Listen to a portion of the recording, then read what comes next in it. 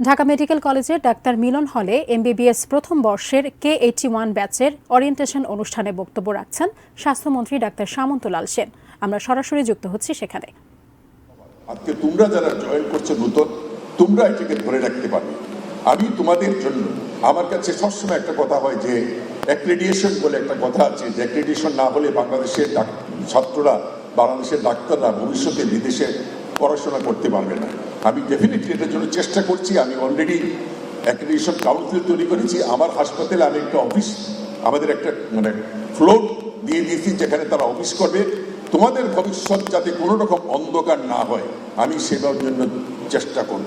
কারণ আমি চিকিৎসকদের সুরক্ষায়, যেটা এই যে কথায় কথায় আমার ডক্টর জামাল যেটা বলে গেলেন যে স্বাধীনতা চিকিৎসা বোর্ডের সভাপতি, কথায় কথায় ডাক্তারদের উপরে চড়াও হওয়া, কথায় কথায় ডাক্তারদেরকে বিনা কারণে ভুল চিকিৎসা বলার অধিকার পৃথিবীতে কারো নাই, একমাত্র Bangladesh medical and dental council ছাড়া। তারাই বলতে পারবে যে ভুল চিকিৎসা। আমি কোনো যে কেউ গিয়ে ভুল চিকিৎসার নামে কারো গায়ে হাত দেওয়া কিন্তু করার একটা অধিকার কারো নাই। যাই হোক, আমি স্বাস্থ্যমন্ত্রী হিসাবে আমি চেষ্টা করব আমাদের স্বাস্থ্য ব্যবস্থাটাকে যত দ্রুত, যত সুন্দর একটা অবস্থায় নিয়ে যায়। এবং তোমরাই হচ্ছে আমার কান্ডারি।